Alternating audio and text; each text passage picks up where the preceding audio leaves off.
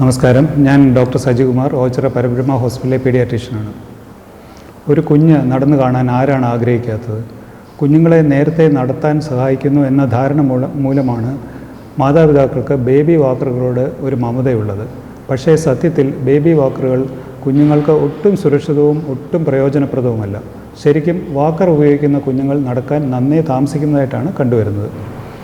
കുഞ്ഞുങ്ങൾക്ക് നടക്കാൻ ആവശ്യമായ പേശികൾ ബലപ്പെടുത്തുന്നതിൽ വാക്കർ ഒട്ടും സഹായകരമല്ല. കുഞ്ഞിന് വാക്കറിൽ നടക്കാൻ അതിൻ്റെ കുഞ്ഞ് വിരലുകൾ മാത്രം ചലിപ്പിച്ചാൽ മതിയാവും.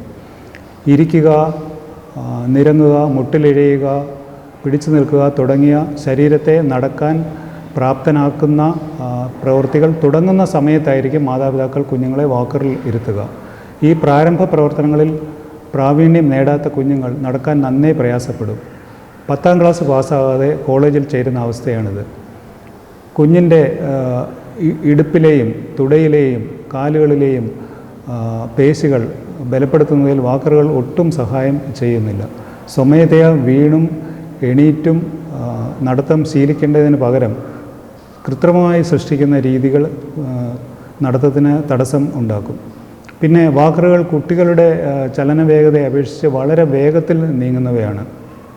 അതുകൊണ്ട് തന്നെ കുട്ടികൾ കാലുടക്കിയോ പടിക്കെട്ടുകളിൽ നിന്ന് വീണോ ഉയരങ്ങളിൽ എത്തിപ്പിടിക്കാൻ ശ്രമിച്ചോ ധാരാളം അപകടങ്ങൾ സൃഷ്ടിക്കാറുണ്ട്.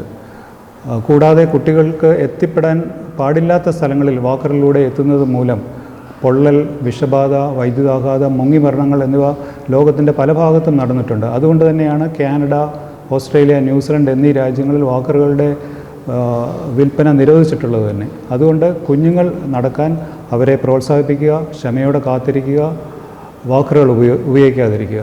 നന്ദി, നമസ്കാരം.